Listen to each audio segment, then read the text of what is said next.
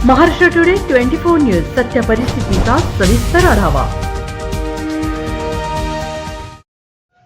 केज तहसील कार्यालयावर दलित अन्याय अत्याचार निर्मूलन समितीने केले निदर्शने। मिलिंद एकबोटे यांना केज शहरात येण्यास बंदी घालण्यात यावी। येवता येथील अॅट्रॉसिटी ॲक्ट गुन्ह्यातील आरोपींना तात्काळ अटक करण्यात यावी। मिलिंद एकबोटे यांना केज शहरात येण्यास बंदी घालण्यात यावी। या मागणीसाठी केज तहसील कार्यालयावर दलित अन्याय अत्याचार निर्मूलन समितीच्या वतीने निदर्शने करण्यात आली आहेत।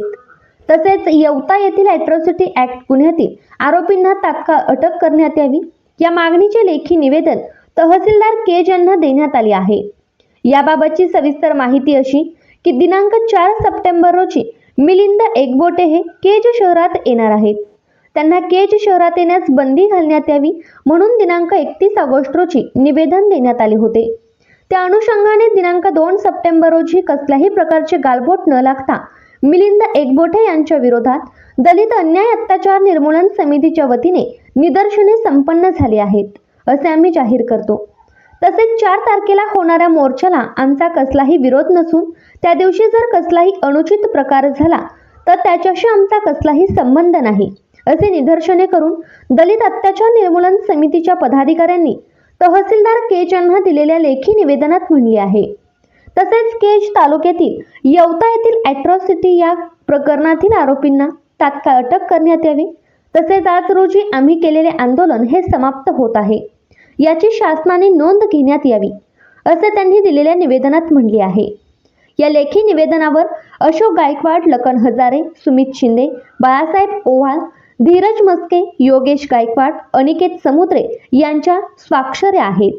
सदर निवेदन हे केज तहसीलचे प्रभारी तहसीलदार सचिन देशपांडे यांनी स्वीकारले आहे। महाराष्ट्र टुडे प्रतिनिधी तात्या गवळी, बीड, केज।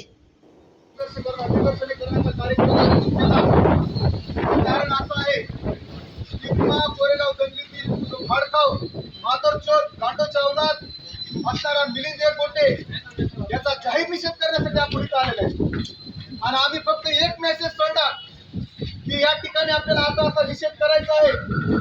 तर आमच्या हजारो भीमसैनिक या ठिकाणी आले असते पण आज निसर्गाने साथ दिली नाही आणि खेड्यापाड्यातून आलेल्या ग्रामीण भीमसैनिकांना आम्ही विनंती केली की तुम्ही आज येऊ नका, वातावरण काही चांगलं नाही म्हणून आम्ही आज मोजकी भीमसैनिक या ठिकाणी आला निषेध व्यक्त केला।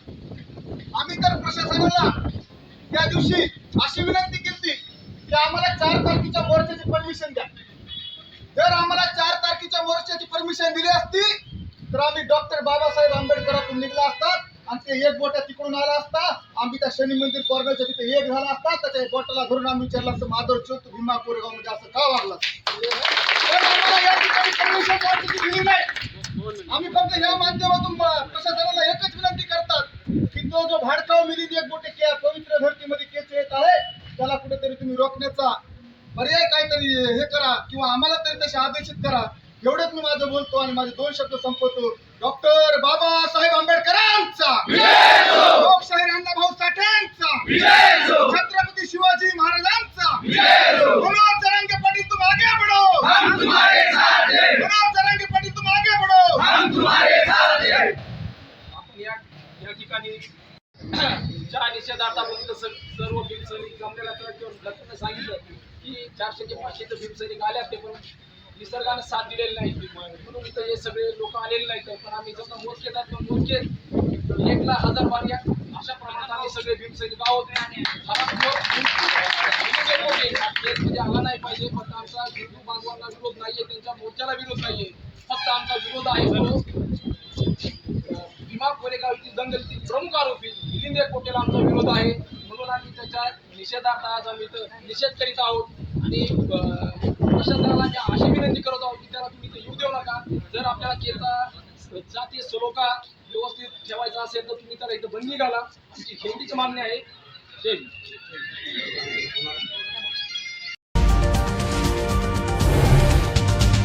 आजच महाराष्ट्र टुडे 24 न्यूजला सबस्क्राईब करा आणि सत्य परिस्थितीचा सविस्तर आढावा पहा।